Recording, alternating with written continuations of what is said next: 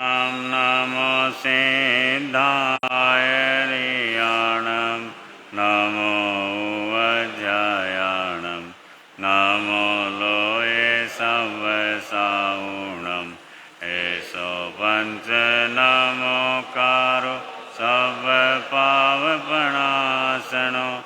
मंगलाणं च सवेसिं परमं हवै मंगलम् मंगलाणं च सवेसिं परमं हवै मंगलम्। धम्मो मंगलमुखितं अहिंसा संयमोत्तवो देवावितं नमस्सन्ति जस धम्मे संयमणो जहादुमसपुपेशो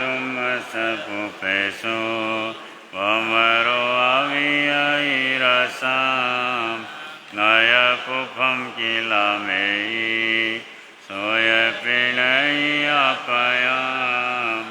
इमे समणामुता जिलोय सन्ति साउणो विहङ्गमवपुपेशो गाणभते शनिरया वयं च वित्तिं लभामो नयको युवमयि गणेशूर्यन्ते उपेशो भमरो जः महुगारसमबुद्धा ये भवन्ति अनिशिया नानापिण्डरया दन्ता तेन वोचन्ति साउणो त्रिवेणी।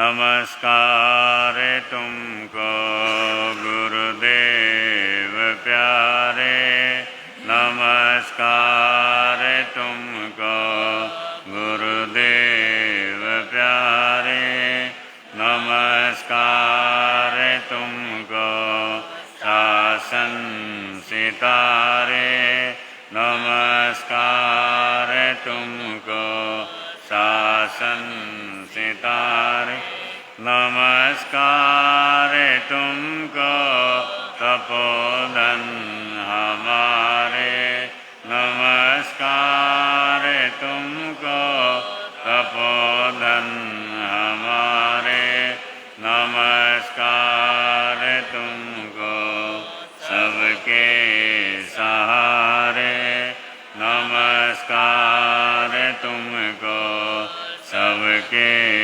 सहारे नमस्कार तुमको माँ जानकी जाया नमस्कार तुमको माँ जानकी जाया नमस्कार तुमको ख्याल सिंह के राया नमस्कार तुमको ख्याल सिंह के राया नमस्कार तुमको भीष्म पिता कहाए नमस्कार तुमको भीष्म पिता कहाए नमस्कार तुमको राजऋषि सहाय नमस्कार तुमको राजऋषि सहाय नमस्कार तुमको गुरु निहाल तपस्वी नमस्कार तुमको गुरु निहाल नमस्कार खूब फूल शांति यशस्वी नमस्कार खूब फूल शांति यशस्वी नमस्कार तुमको आए मिल के धारक नमस्कार तुमको आए मिल के धारक नमस्कार तुमको भक्तों के तारक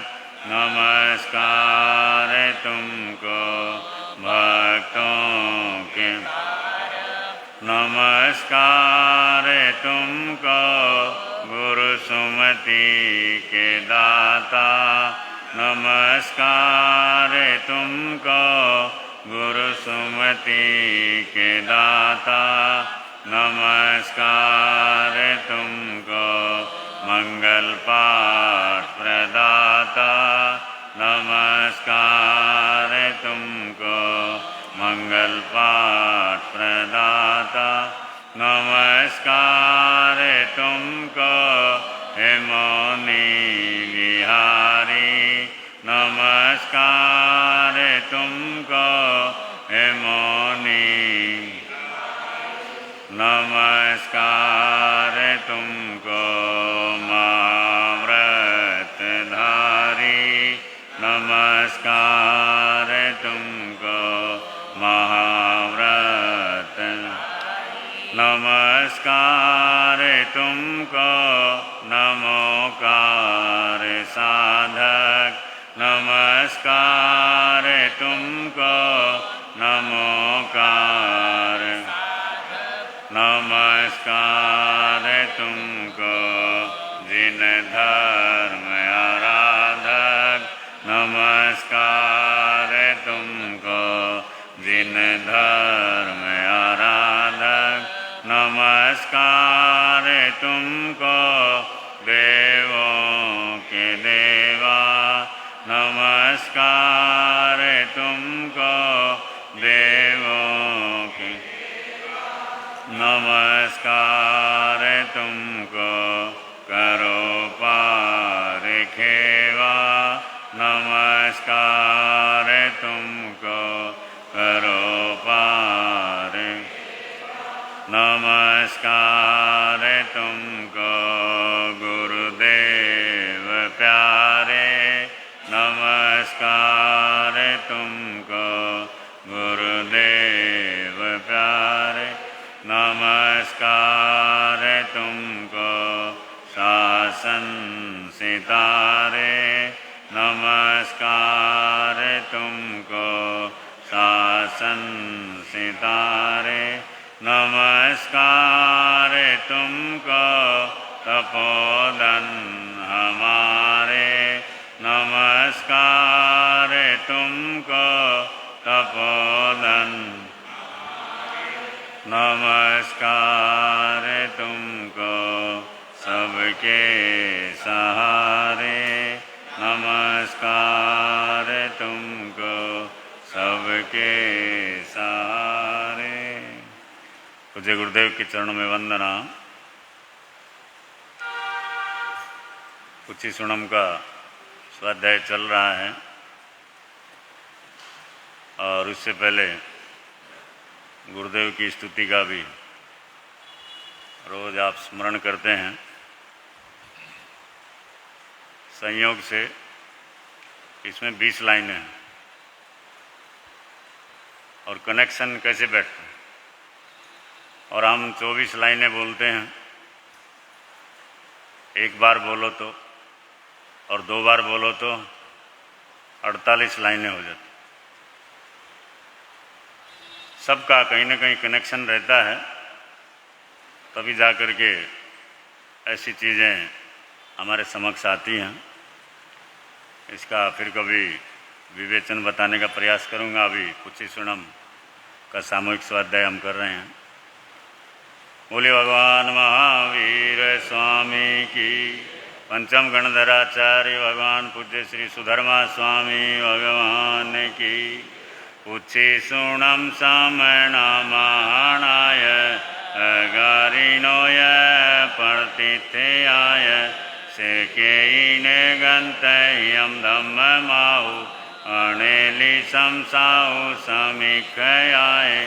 कहम च नाणम कहम दंसनम से शीलम कहम नाय सुयस्यासि।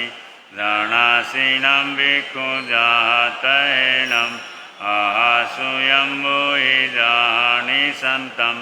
हे अन्नयसे कुशले महेशि अनंत नाणीय अनंत दंसी। जसंसिनो चक्षुपैठियस जानाहि धम्मं च धीं च पेहि। ऊढम अहेयं तिर्यं दिशासु तसाय जेथा वर्जेय पाणा से नीच नीचे समीक्षपन्ने दिव्येव धम्मं संयम उदाहु से संवेदंसी अभिभूय नानी निराम गंधे धीमं थियप्पा अनुत्तरे संवजगंसि विजम ग्रंथातीते अभयाणाऊ से भूई पन्ने अणिये आचारी ओहंतरे धीरे अनंत चक्षु अनुत्तरे तपयि सूर्येवा वैरोयणिन्देवतमं पगासे अनुत्तरं धम्ममीनं दीनानां नेयामुनिका समयासु पन्ने इंदेव देवान् महानुभावे सहसनेया दिविनं विशिष्टे से पन्नया क्षय सागरे वा महोदहि वा अनंत पारे अनाइले वा कसाई मुखे सकेव देवाहि वै जुइमं से वीर्येण परिपूर्ण वीर्ये सुदर्शने वा नगसवसेठे सुरालये वासी मुदागरे से वीरायणे गुणो भवे स्वयं सहसाण उजोयनानं टीकंडगे पंडगे वेजयन्ते से जोयणे नव नवै सहसे उद्धोषितो एठ सहसमेघम् उठे नवे चिठई भूमि वट्ये जम सूर्यानुपर्यटयन्ति बहुनन्दनेय जम सिम्रहीं वेदयन्ति महिन्दा से पवये सदमः पगासे वीरायै कंचन मठवन्ने तरे गिरिसूय पवदुगे गिरिवरे से जलिएव भौमे महीये मध्यम मिठिये नगिंदे पन्नायते सूर्य शुद्धले से एवं सिरिये उसभूरि वन्ने मनोरमे जोयई अच्छी माली सुदर्शन से वजसो गिरीश पहुँचई महतो पवयस केतो वमे समणे नाय पुते जाई जसोदंसन नानशीले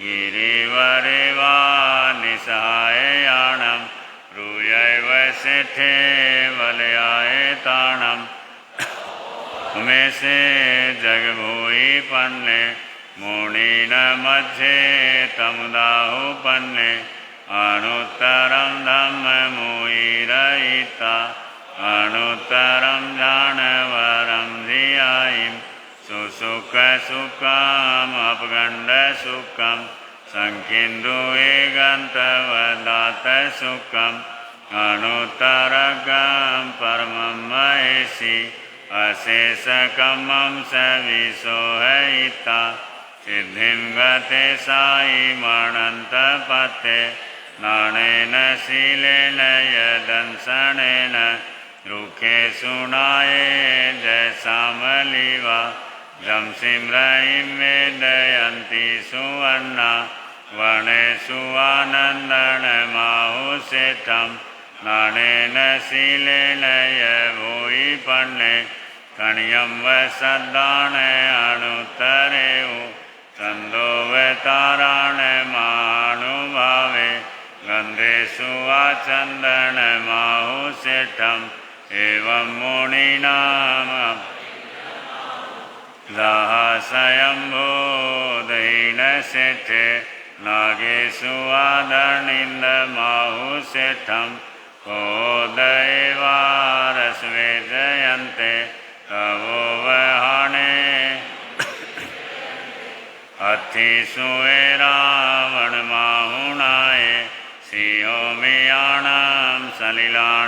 गंगा पक्षी सुआगरु लेवेनु देवे निवाणवादी निनाय पुते जोहे सुनाए जय विशेषण उपे सुआ जय अरविंद माहु कतीन सेठे जय दंत वके ईशीन सेठे तवधमाणे गणान सेठाम अवपयाणम सच्चे सुवाण वज्रम वयंती कवे सुवा उत्तम बम्भचेरम लोगुत्तमे समणे नाय पुते खीन सेठा लव सत्तमावा सभा सुहमाव सभाण सेठा निवाण सेठा जय सब धम्मा ननाय पुता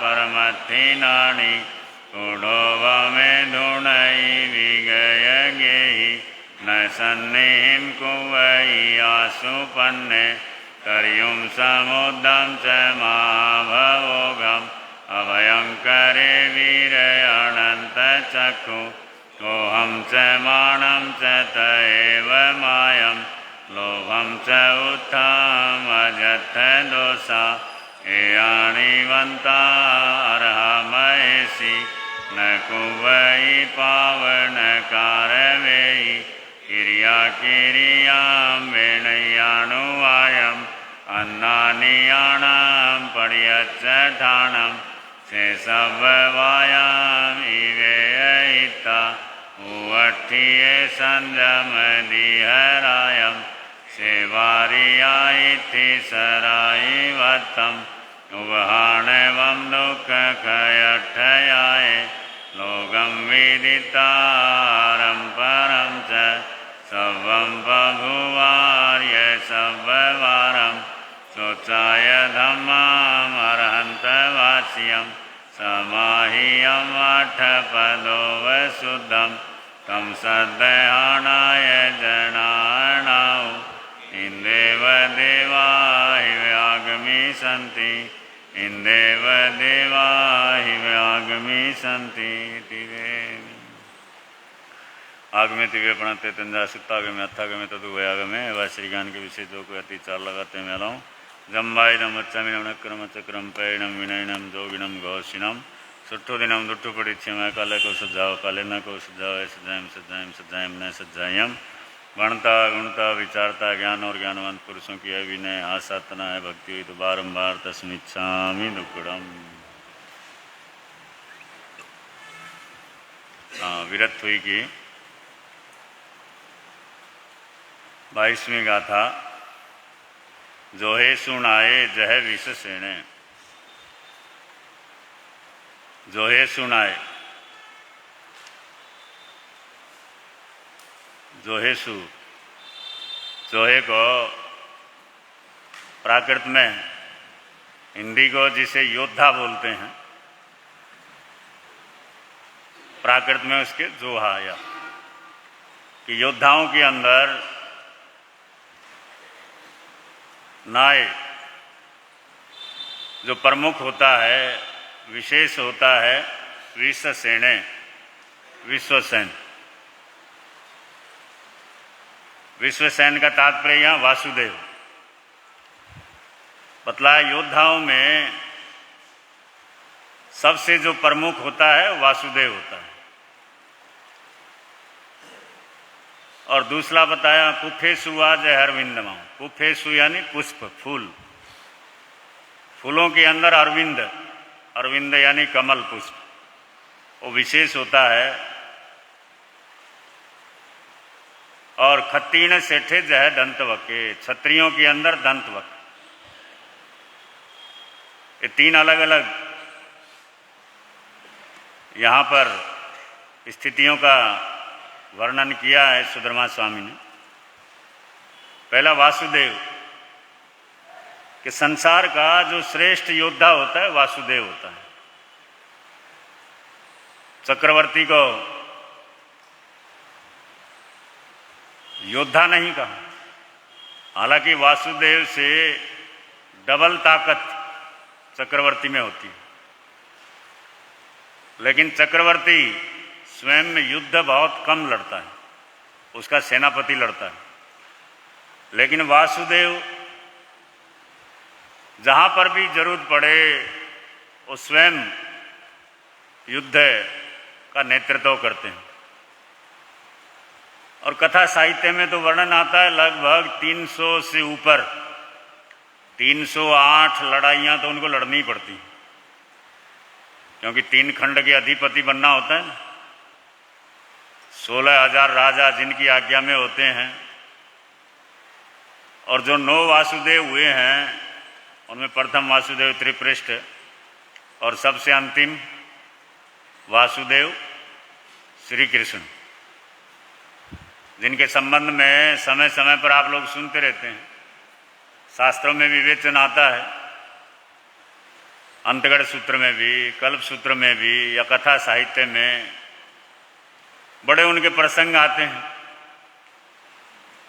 और वासुदेव उस सनातन परंपरा के हिसाब से उनको जो वासुदेव बोलते हैं, वो वसुदेव का पुत्र होने के कारण उनको वासुदेव बोलते हैं, क्योंकि उनके पिता का नाम क्या था? वसुदेव। उनका पुत्र होने के कारण उनको वासुदेव बोला जाता है। वहाँ पर बहुत सा जाप भी किया जाता है ना, ओम नमो भगवते वासुदेवाय, बड़ा आता है मंत्रों के अंदर भी। और अपनी श्रमण परंपरा में या जैन साहित्य में वासुदेव एक पदवी होती है। वासुदेव एक महान पदवी होती है, एक पद होता है, और वो भी कोई छोटा मोटा पद नहीं है। 63 जो महान पुरुष बतलाए गए हैं उनके अंदर उनकी गणना होती है, और 9 वासुदेव होते हैं। अंतिम वासुदेव जो श्री कृष्ण हुए, और उनकी शक्ति, जन्म तो कहाँ हुआ? कहाँ की जेल में? हाँ, मथुरा की जेल में। आज भी बना हुआ वैसे मकान तो है ना, मथुरा के अंदर जेल में। वो सारा कथानक आप लोग सुनते रहते हैं जन्माष्टमी पर या विशेष प्रसंगों पर या पर्युषण में।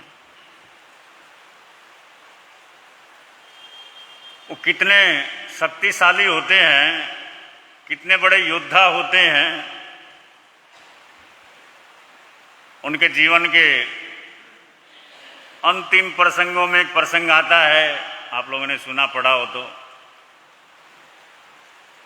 वासुदेव का कभी वासुदेव से मिलन होता नहीं। एक चक्रवर्ती का कभी दूसरे चक्रवर्ती से मिलन, एक तीर्थंकर का दूसरे तीर्थंकर से कभी मिलन नहीं होता। लेकिन इस अवसरपणी में 10 अछेरे हुए हैं। अछेरे का मतलब आश्चर्यजनक घटना, जो कभी होती नहीं लेकिन फिर भी हो गई।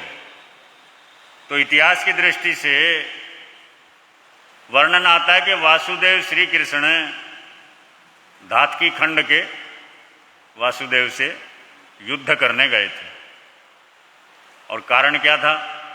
क्योंकि उसने द्रौपदी का अपहरण कर लिया था। सुना है? हाँ, जो पढ़ते हैं स्वाध्याय, बहुतों ने सुना होगा, बहुतों ने नहीं सुना होगा। प्रसंग आया तो संक्षेप में बतला देता हूँ। नारद ऋषि जो होते हैं बाल ब्रह्मचारी होते हैं, और उनकी इतनी पुण्यवानी होती है, उनको कहीं रोक टोक नहीं होती। राजा के अंतःपुर में, महलों में भी बेरोक टोक आना, उनका आना जाना रहता है। किसी समय भी आ जा सकते, इतने पवित्र आत्मा होते हैं, एक भवातारी होते हैं, वर्णन आता है। लेकिन होते वो भी सांसारिक जीव हैं, जब तक मोक्ष में ना जाएं। उनके अंदर एक कौतूहल रहता है। क्या होता है? कौतूहल का मतलब, अब वो जिस समय वो पांडवों के महल में आए, द्रौपदी कुछ काम में बिजी थी या उधर ध्यान नहीं दे सकी, स्वागत नहीं कर सकी, अब आप किसी के घर जाओ और कोई स्वागत ना करे, चाय पानी के लिए ना पूछे, तो महसूस होता है ना। वो नहीं देखता अगला बिजी है नहीं बिजी है। घर तो बहुत की बात है, साधु संतों के पास जाओ, वंदना करो, अगर साधु ने दया पालो नहीं बोला या उत्तर नहीं दे पाया तो परेशान हो जाते हैं आप लोग। हालांकि विधान क्या है पता है? वंदना का विधान, शास्त्रीय विधान जानकारी दे देता हूँ, बहुतों को पता भी होगा। साधु को वंदना भी करनी हो तो पहले पूछा जाता है कि गुरुदेव आपको साता हो तो मैं वंदना कर लूँ। अब साधु जा रहा अपने काम से और आप बीच में ही मथे वंदामी है ना, तो तरीका ये होता है कि साधु, क्योंकि उनको भी अपनी क्रिया रहती है, उनको भी अपना काम रहता है, वो हमेशा वंदना लेने के लिए थोड़ी बैठे रहते हैं। उनको भी अपना स्वाध्याय होता है, उनकी भी अपनी साधना होती है, लेकिन आज वो पता ही नहीं होता बहुतों को। नहीं तो आचार्यों ने जो समाचारी बनाई हुई है साधुओं के लिए और श्रावक के लिए तो आता है कि वंदना करनी हो तो पहले कि आपको साता हो तो मैं आपको वंदना करना चाहता हूँ या चाहती हूँ, ये होता है। नहीं तो कई बार साधु जा रहा है, उसको ध्यान भी नहीं होता नीचे कोई पैर छू रहा होता है ना, हड़बड़ी गड़बड़ी ये चलता रहता है दुनिया में, तो सही ज्ञान तक पहुँचने में टाइम लगता है। तो नारद ऋषि वहाँ पर पहुँचे। अब द्रौपदी अपने किसी काम में थी, स्वागत नहीं कर सकी, नारद ऋषि को बड़ा बुरा लगा। अब नारद ऋषि की एक आदत और होती है, उनको लड़ाने भिड़ाने में मज़ा आता है, और समाज में हर कोई नारद कहीं ना कहीं मिल ही जाता है, घर में भी मिल जाता है ना। एक दूसरे को अरे वो ऐसा कह रहा था, वो ऐसा कह रहा था, ये किसका स्वभाव होता है? नारद का, है ना। हालांकि वो बड़े पवित्र होते हैं वो नारद तो, लेकिन यहाँ के नारद वो अलग होते हैं, लड़ाने भिड़ाने में ही मजा आता है उनको। तो नारद ऋषि ने देखा, रे मैं आया इतना दूर से, कोई स्वागत नहीं कुछ नहीं, और गुस्से में वहाँ से लौटे। उनके पास विद्या होती है, वो आकाशचारी होते हैं, नभचारी होते हैं, और सीधा वो धातकी खंड के अंदर अमरकंका नगरी वर्णन आता है, वहाँ के वासुदेव थे। उनके पास जाकर के द्रौपदी की ऐसी तारीफ की, उनका मन और द्रौपदी की तरफ आकर्षित कर दिया। और वासुदेव के पास भी लब्धि होती है, कोई वासुदेव हो, चाहे भरत क्षेत्र का हो, चाहे महाविद्य का हो, चाहे धातकी खंड का हो, और वो समय देख करके अपनी लब्धि के द्वारा महलों से द्रौपदी का अपहरण करके ले गए। अब पांडवों ने देखा द्रौपदी कहाँ है। अब आदमी कहाँ ढूंढेगा? अपने आसपास, अपने देश में, अपने राज्य में, सब जगह ढूंढ मारा, लेकिन कहीं पर भी द्रौपदी का पता, क्योंकि वो तो भरत क्षेत्र में ही नहीं थी। कहाँ लेकर के चले गए? धातकी खंड। और जब संकट से जूझ रहे थे तो आखिर वासुदेव श्री कृष्ण के पास पहुंचे कि महाराज ऐसी ऐसी समस्या हो गई है। श्री कृष्ण ने भी देखा। अब श्री कृष्ण और द्रौपदी का भी एक स्नेह का इतना गहन नाता था, उनको भी बड़ा दुख हुआ जब मालूम पड़ा, लेकिन ये घटना कैसे हुई? द्रौपदी गई तो गई कहाँ, और उन्होंने जिस समय तेला किया और मालूम पड़ा देव की सहायता से कि द्रौपदी को तो वो वासुदेव लेकर, उनको बड़ा क्रोध आया, और उसी समय कहते पांडवों को साथ में लिया कि चलो, और पांडवों को लेकर के गए और कहा कि तुम जाओ युद्ध करो। अब कहाँ वासुदेव, क्योंकि सामने वाला भी वासुदेव था ना। पांडव कितने ही बलवान हों, लेकिन वासुदेव को नहीं हरा सकते। और जब वासुदेव ने देखा श्री कृष्ण ने, और आखिर उन्होंने ही मोर्चा संभाला और वहां के वासुदेव को पराजित किया, दंडित किया, और द्रौपदी को वहां से मुक्त कराया। मुक्त करा करके वापिस आ रहे थे। अब धातकी खंड और भरत क्षेत्र के बीच में क्या है? लवण समुद्र, और वो भी कितना लंबा? 2 लाख योजन गोलाई में आता ना, लंबा चौड़ा। अब श्री कृष्ण ने कहा भाई चलो जिस काम के लिए वो तो आए थे वो तो हो गया, वापिस चलते हैं अपनी नगरी में। और श्री कृष्ण ने वहाँ एक रथ पांडवों को दिया कि तुम इसमें बैठो, द्रौपदी को लो और तुम ये इसको पार करो, समुद्र को, इसके सहारे पार कर जाओगे। मैंने ऐसा ये तैयार किया है, सारे एक साथ में जाएंगे तो संभावना थोड़ी कम है। तुम वहाँ पहुँचोगे, एक जना वापिस रथ को लेकर के आएगा, फिर मैं यहाँ से लौटूंगा। और पांडव रथ लेकर के वो समुद्र पार किया और आ गए अपनी सीमा के अंदर, यानी भरत क्षेत्र के अंदर।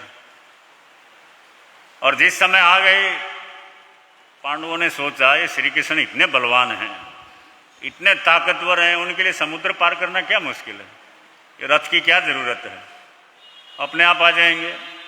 या पता भी चल जाएगा इतना लंबा चौड़ा समुद्र वो पार कर सकते हैं या नहीं। अब कुछ भी लगा लो, कुछ भी विचार सोच ले, उन्होंने रथ वापस भेजा। और श्री कृष्ण महाराज वासुदेव उधर इंतजार करते रहे। जब काफ़ी देर हो गई, उन्होंने सोचा क्या कारण हुआ, और देखा कि अब रथ आने की कोई संभावना नहीं है, कोई कारण हो गया। और कहते हैं अपनी भुजाओं से ही तैर करके उन्होंने लवण समुद्र को, बड़ी आश्चर्यजनक घटना है, हाँ सुनिए। हाँ, आता है सब कथा साहित्य में, अपनी जैन कथाएं हैं उसमें सब आता है। और इतना लंबा चौड़ा समुद्र पार करके जिस समय किनारे पहुंचे, देखा पांडव वहां रथ के साथ खड़े हुए हैं।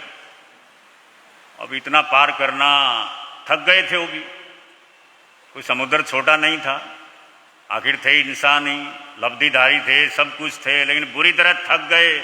और थक करके वहां पहुंचे, पांडवों की ओर देखा, और तुमने क्या किया, रथ क्यों नहीं भेजा, तुम यहाँ खड़े हो, मैं वहां इंतजार करता रहा। और कहते हैं उस समय पांडवों ने कहा कि महाराज हम देख रहे थे आपकी ताकत कितनी और है।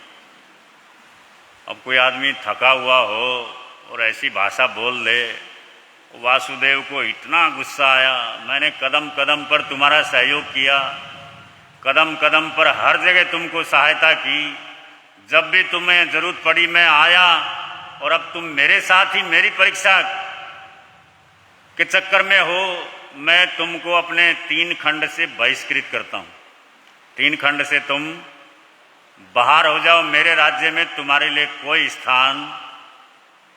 और क्रोध में जिस समय वासुदेव ने ये देश निकाला, दे दिया, और पांडव मुंह लटका करके पहुंच तो गए किसी तरह, लेकिन अब जाएं कहाँ जाएं। वासुदेव का जो राज्य होता है कितना, 3 खंड में, उस समय की जानकारी के हिसाब से, तो कहाँ जाएं कहाँ। ये जितना का जितना है सारा भरत क्षेत्र, यानी ये भूमि 3 खंड उसकी सारी की सारी 3 खंड में पड़ जाती, कहाँ जाएं। श्री कृष्ण ने कहा जहाँ जाना हो जाओ, लेकिन मेरे राज्य में अब तुम्हारे लिए कोई भी स्थान नहीं है। और आखिर पांडव लोग अपनी माता के पास गए, माता कुंती। संकट में कौन याद आता है, हाँ, आप चले जा रहे हैं, ठोकर लग जाए तो क्या निकलता, हाय माँ, या क्या निकलता, हाय पत्नी, या हाय पति निकलता है। चाहे आदमी हो औरत हो, ठोकर लगे तो मुख से क्या निकलता है, माँ ही याद आती संकट काल में। क्योंकि माँ से बढ़ करके वात्सल्य किसी का भी संतान के लिए, मंगल कामनाएं उससे बढ़ करके किसी की भी नहीं हो सकती।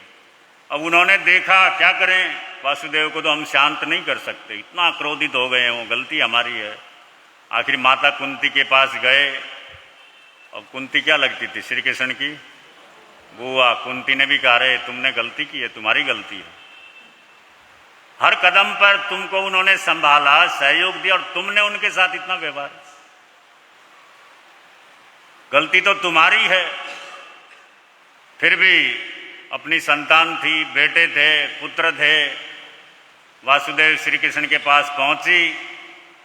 और श्री कृष्ण अपने माता पिता का, बड़ों का कितना आदर करते थे, समय समय पर आप लोग सुनते ही हैं। और जिस समय कुंती पहुंची, उन्होंने कहा भाई तूने इनको देश निकाला दे दिया, अपने राज्य से निकाल दिया, अब जाएंगे कहाँ?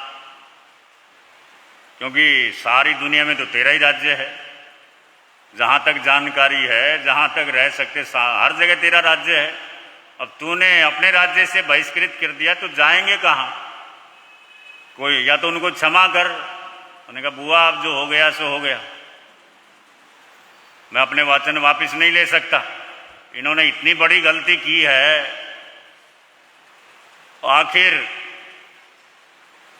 वर्णन आता है कि कुंती ने श्री कृष्ण ने से कहा ठीक है, फिर मेरे कहने से तुम अपनी ये जो मथुरा नगरी है, इसको, एक तो तुम्हारा जन्म स्थान है, तुम तो वहाँ रहते नहीं, जाते नहीं, और पांडवों को वहीं पर भेज दो और उसको 3 खंड से अलग कर दो। क्या कहा? 3 खंड से। और तब से कहावत चली थी 3 लोक से मथुरा न्यारी। हाँ, सुनी हो तो कभी? 3 लोक से मथुरा न्यारी, ये जगत में कहावत चल पड़ी थी। हालांकि 3 लोक तो अलग चीज़ है, लेकिन वो 3 खंड थे। श्री कृष्ण ने कहा ये ठीक है बुआ, ये रास्ता मैं निकाल लेता हूँ, वो नगरी को मैं अपने आज्ञा से बाहर कर देता हूँ, वहाँ पर उसी दायरे के अंदर रहेंगे, उससे बाहर ये जाएंगे नहीं, ऐसा कथानक वर्णन आता है। तो ये वासुदेव यानी कहने का मतलब इतने शक्ति संपन्न होते हैं, बड़े बलशाली होते हैं। तो यहाँ पर कहा कि जो है सुनाए जय विश्वसेने, योद्धाओं के अंदर जैसे वासुदेव विश्वसेन सबसे श्रेष्ठ योद्धा होता है, उसके बराबर कोई भी योद्धा होता नहीं है। और कहा पुष्पेषु वाह जय अरविंद माहू। पुष्पेषु यानी पुष्प, फूलों के अंदर सबसे विशिष्ट या महत्वपूर्ण फूल बताया यहाँ पर कमल का फूल। कमल बहुत तरह के होते हैं। सूत्रकृतांग सूत्र में आता है एक सहस्रद, जिसकी 1000 पंखुड़ियाँ होती हैं, ऐसे ऐसे कमल भी होते हैं। अपने शास्त्रों में जगह जगह बड़ा विवेचन आता है। सामान्य कमल तो हम आप लोग देखते ही हैं, लेकिन फूल दुनिया में बहुत तरह के हैं, गुलाब, चमेली, क्या क्या बहुत तरह के होते ही रहते हैं। लेकिन फिर भी गणधर भगवंत ने यहाँ पर कमल के पुष्प के साथ उपमा दी, तो उसका भी कोई कारण होगा, क्योंकि कमल का पुष्प उसकी अन्य फूलों से एक अलग विशेषता ये होती है कि चाहे वो कीचड़ में भी पैदा हो, कहाँ पैदा हो, क्योंकि ज़्यादातर पानी में ही होता है, और चाहे कीचड़ में भी पैदा हो तो भी अपने आप को वो निर्लेप रखता है, साफ स्वच्छ रखता है, कीचड़ में लिप्त नहीं होता है। हालांकि उसकी जड़ें कीचड़ में होती हैं, लेकिन अपने आप को एकदम स्वच्छ निर्लेप रखता है। और जगह जगह पर उदाहरण आता है कमल फूल का महापुरुषों के साथ भी, कि संसार में रहो तो कमल की तरह रहो। एक शेर आता है, दुनिया में हूं दुनिया का तलबगार नहीं हूं, बाजार से गुजरा हूं लेकिन खरीदार नहीं हूं। दुनिया में हूं दुनिया का तलबगार नहीं हूं, बाजार से गुजरा हूं लेकिन खरीदार नहीं हूं। बाजार की बात से याद आ गई, आजकल तो वैसे ही बाजारों का सीजन है, त्योहारों का है ना, नवरात्रि शुरू हुए तब से बाजार में बड़ी भीड़ थी, बड़ी रौनक चल रही थी। और उस भीड़ में अब सुरक्षा कर्मी जो पुलिस रहते हैं वो भी बड़ा ध्यान रखते हैं, भाई कोई गड़बड़ ना हो, डिस्टर्ब ना हो, पंगा ना हो। जगह जगह पर ड्यूटी थी। एक पुलिस वाला वो ड्यूटी दे रहा था, जहां पर आगे बढ़ा और उसने एक औरत को पकड़ लिया और सीधा, औरत भी बड़ा चिल्लाई, तुम मेरे को कैसे पकड़ सकते हो? उन्होंने कहा चाहे कुछ भी हो चल थाने। वो बहुत चिल्लाई, बहुत कुछ किया, लेकिन पुलिस वाला भी बलवान था, सीधा उसको पुलिस स्टेशन ले गया। वहां पर भी थानेदार ने देखा, उन्होंने कहा तू क्यों पकड़ के लाया, लेडीज पुलिस को बुलाना था। औरत को पकड़ने के लिए, लेडीज को पकड़ने के लिए तूने क्यों ये गलती की? उन्होंने कहा साहब मैंने कोई गलती नहीं की। उन्होंने कहा क्यों? लेडीज को पकड़ना तो लेडीज पुलिस को बुलाना तेरा फर्ज था, तू क्यों पकड़ करके लाया? उन्होंने कहा साहब ये औरत नहीं है, ये आदमी है। क्या कहा? थानेदार ने कहा पागल हो गया है, ये सामने दिख रही है औरत है और तू बोलता है ये आदमी है। उन्होंने कहा नहीं साहब ये औरत नहीं हो सकती, आदमी है। इंस्पेक्टर ने कहा ऐसा नहीं है। उन्होंने कहा आप पूछो, इसे कड़ाई से पूछो, हकीकत मालूम करो। थानेदार भी जब देखा इतना विश्वास से बोल रहा है, इतना कुछ कह रहा है, उससे पूछा तुम कौन हो, सही बताओ। अब जो थोड़ी कड़ाई की उसने कहा हाँ साहब है तो मैं पुरुष ही हूँ, आदमी हूँ, औरत नहीं हूँ। वो थानेदार भी सुनकर के दंग रह गया। पुलिस वाले से कहा चलो इसका मामला तो बाद में सुलटेंगे, पहले तू ये बता तूने इसको पहचाना कैसे? है? मैं नहीं पहचान पाया, कोई भी धोखा खा जाएगा, इसे बाद में सुलटेंगे, लेकिन तूने कैसे पहचाना? इतने बड़ी भरे बाजार में, इतनी भीड़ में तू कैसे पहचाना कि ये आदमी है, औरत नहीं है? उन्होंने कहा साहब मैं वहाँ ड्यूटी दे रहा था, अब नज़र रखनी पड़ती सबके ऊपर, इसके ऊपर भी मैंने थोड़ी देर नज़र रखी और मैंने देखा वो बाजार, उसमें ये सीधा चलता रहा। कैसे चलता रहा? इतनी दुकानें थी वहाँ पर, इसने एक दुकान की ओर भी इधर उधर, ऐसा होता है क्या संयोगिता जी? इतना भरा बाजार, सजा हुआ बाजार, लेकिन एक दुकान की ओर भी इसने नज़र ना इधर देखा ना उधर देखा। मुझे डाउट हो गया ये औरत नहीं हो सकती, नहीं तो औरत होती तो देखती जाती किस दुकान में क्या है, कहाँ पर क्या बिक रहा है, कौन सी दुकान में क्या है। लेकिन इसने किसी भी दुकान की ओर झांक करके नहीं देखा, सीधा ही चलता रहा, सीधा ही चलता रहा। और मुझे पक्का विश्वास हो गया ये औरत, ऐसा ही होता है। स्वभाव, ये क्या है? अच्छा या बुरे का मैटर नहीं, ये स्वभाव होता है। हर चीज का अपना क्या होता है? स्वभाव होता है ना। जैसे किसी फंक्शन में जाओ, कोई भी प्रोग्राम हो, एक आदमी दूसरे आदमी की ओर कभी नहीं देखेगा कि उसकी ड्रेस कैसी है, वो कौन सी ड्रेस पहन करके आया है। लेकिन एक बहन दूसरी बहन को नोटिस करेगी क्या पहन करके आई है। करते नहीं करते? वो कलर मैचिंग है नहीं है। आदमी कभी नहीं देखता कि ये सामने वाला क्या पहन करके आया, देखता है कभी? आदमी के पास ले दे करके कलर ही दो चार हैं, लाल पीला सफ़ेद, ये और कोई है ही नहीं। वो अपना जैसा पहना दो वैसा हिसाब चला लेता है। लेकिन बहनें क्या है, वो सामने वाले को नोटिस करना है क्या पहन करके। ये क्या है? स्वभाव। क्या है? स्वभाव। आत्मा का नहीं, ये शरीर का, इस भाव का स्वभाव है। आत्मा का स्वभाव तो अलग होता है, वो तो एकदम है।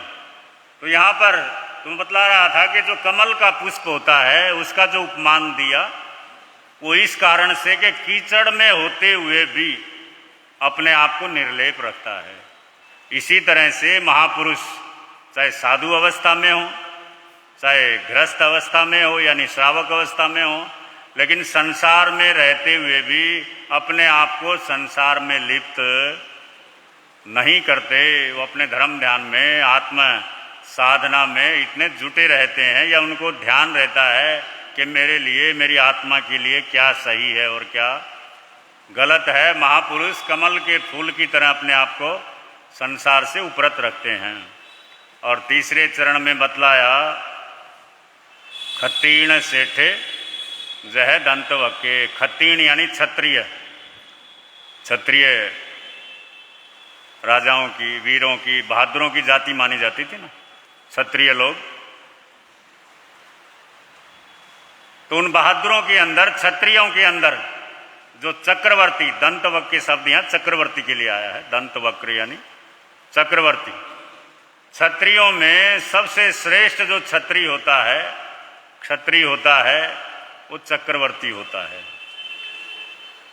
क्योंकि चक्रवर्ती भी वो महान पुण्य का धारक होता है, कोई सामान्य जीव नहीं होता।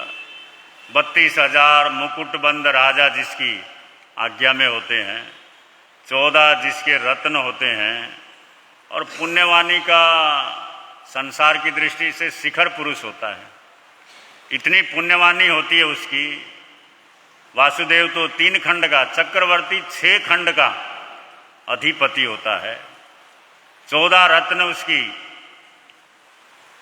एक तरह से लब्धि बोलो, निधि, 9 निधियां होती हैं, सब पुण्य का खेल होता है। और चक्रवर्ती 12 हुए। सबसे पहले भरत महाराज, जिनके नाम से हमारे देश का नाम भारतवर्ष इतिहास में आता ना, सबसे पहले चक्रवर्ती। उनके जीवन के प्रसंग आप लोग समय समय पर सुनते ही रहते हैं। ऋषभ देव के बड़े पुत्र भरत चक्रवर्ती और पुण्यवाणी के शिखर पुरुष। तो क्षत्रियों के अंदर बतलाया कि सबसे महान, सबसे श्रेष्ठ, सबसे उत्तम जो क्षत्रिय होता है वो चक्रवर्ती होता है, उससे बढ़ करके दूसरा नहीं होता। लेकिन चक्रवर्ती भी अगर दीक्षा ले ले तो मोक्ष या देवलोक, और संसार को अगर नहीं छोड़ा तो सीधा 7वीं, उससे पहले कोई स्थान नहीं। वर्णन आता है ना। और इसी तरह से भगवान की उपमा देते हुए ईसीण सेठे तह वर्धमाने, ईसीण यानी जैसे ये अपनी अपनी जगह सब श्रेष्ठ हैं, योद्धाओं में वासुदेव, पुष्पों में कमल, क्षत्रियों में चक्रवर्ती, और इसी तरह से ईसीण यानी ऋषि, ऋषियों के अंदर, क्योंकि ऋषि प्रधान, हमारा देश कृषि प्रधान बोला जाता है ना, लेकिन वास्तव में देखा जाए तो कृषि प्रधान भी और ऋषि प्रधान भी। शुरू से ही ऋषि मुनियों का यहाँ पर इतना महत्व दिया जाता है, इतना आदर दिया जाता है। कितना ही बड़ा राजा महाराजा चक्रवर्ती क्यों न हो, लेकिन ऋषि मुनियों के चरणों में वो भी जा करके बड़ी शांति से उनसे मार्गदर्शन अपने जीवन के लिए लेते हैं। तो ऋषियों के अंदर, मुनियों के अंदर वर्धमाने प्रभु महावीर सेठे यानी सबसे श्रेष्ठ भगवान महावीर स्वामी बतलाए हैं। इस गाथा का इस प्रकार से यहाँ पर बतलाया है। और कुछ ही सुनम का स्वाध्याय गाथाओं, एक एक गाथा का विवेचन आप लोग सुन रहे हैं, और लगभग अब 7-8 गाथाएं आगे बची हैं, और प्रेरणा दी जा रही है। पूज्य गुरुदेव का जन्मोत्सव आ रहा है। गुरुदेव के गमन के पश्चात ये पहली बार जन्म है, 87वां, और आइंबिल महोत्सव के साथ पूज्य गुरुदेव का जन्मोत्सव प्रतिवर्ष जहाँ जहाँ भी गुरुदेव के शिष्य शिष्याएँ, साधु साध्वियाँ, हर जगह पर क्या है?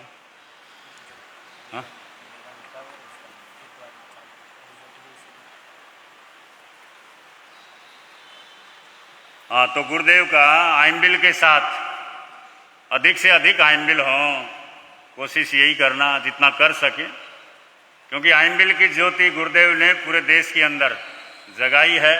और स्थानिकवासी समाज में मैं समझता हूँ सबसे अधिक आइंबिल की खुद साधना और आइंबिल का प्रचार गुरुदेव के माध्यम से हुआ है, उन्होंने किया है।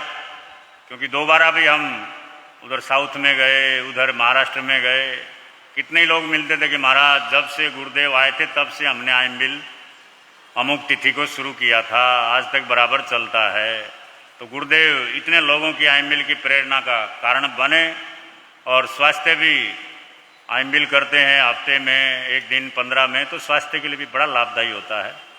और अंतगढ़ सूत्र में भी आप लोगों ने सुना, द्वारिका नगरी की रक्षा का कारण अगर बतलाया था भगवान अरिष्ट नेमि ने, तो आइंबिल ही बताया था। बताने वाले तीर्थंकर, पूछने वाले वासुदेव और बलदेव थे। वहाँ पर भी भगवान ने आइंबिल को ही, आइंबिल की साधना बतलाई थी। तो इसलिए अधिक से अधिक आइंबिल करने का, कराने का 9 तारीख को प्रयास करें। और कल ये सूचना है, प्रवर्तक शांति आशीष सेवा संघ, उनका हर महीने प्रथम रविवार को सामायिक दिवस रहता है तो अधिक से अधिक सामायिक करें, क्योंकि अब जैसे जैसे त्योहारों का सीज़न बढ़ता है ना, ये हमारा सीज़न कम होना शुरू हो जाता है। आपके बाजार का सीज़न बढ़ता है, इधर साधुओं का सीज़न कमज़ोर पड़ना शुरू हो जाता है। फिर भी जितना लाभ लें अच्छा है, खुशी प्रसन्नता से धर्म ध्यान करें, शिकायतों में जी करके कोई ज़्यादा फायदा नहीं है। इसलिए जो आते हैं लाभ लेते हैं, लाभ लेना अपना स्वाध्याय चल रहा है, शास्त्र का स्वाध्याय, कुछ ही सुनो, भगवान की स्तुति, लाभ ही लाभ है, जितना लाभ लें उतना अच्छा है। तो कल सामायिक दिवस है और जो प्रति महीने होता ही है, वो लक्की ड्रा वगैरह का भी कार्यक्रम रहता है, और गाथा भी शायद उन्हीं की ओर से कल है ना। हाँ हाँ, पता नहीं, मेरे को बहुत दिन पहले इन्होंने लिख के दिया था, देख लेना आप लोग, एडजस्ट कर लेना, एक ही बात है, गाथाएं सब एक से एक अच्छी हैं, उसमें कोई बात नहीं, आप लोग कर लेना। और तीर्थेश मुनि जी महाराज ने सूचना दी, निबंध प्रतियोगिता का परिणाम वो कब है? 9 तारीख को ही है। हाँ, निबंध है, जो पहले निबंध प्रतियोगिता हुई होगी, वो संयुक्त परिवार, हाँ संयुक्त परिवार, भास्कर जी आते रहते थे, महाराज निबंध लिखो, अब कितने आए हो तो उन्हीं को पता होगा खैर। और नवकार मंत्र लेखन प्रतियोगिता का परिणाम भी उसी दिन 9 तारीख को ही उसका रिजल्ट यहाँ पर दिया जाएगा। और भी जो सूचनाएं हैं सबके लिए मंगल कामनाएं, बड़े प्रेम से बोलेंगे। मिलता है आनंद प्रभु की वाणी से, मिलता है आनंद प्रभु की, प्रवर्तक शांति गुरुवर प्यारे, प्रवर्तक शांति जीवन नैया के रखवारे, जीवन नैया के जोड़ गए संबंध प्रभु की वाणी से, जोड़ गए संबंध प्रभु की वाणी से, मिलता है आनंद प्रभु की। हाँ, कोई पछाण वगैरह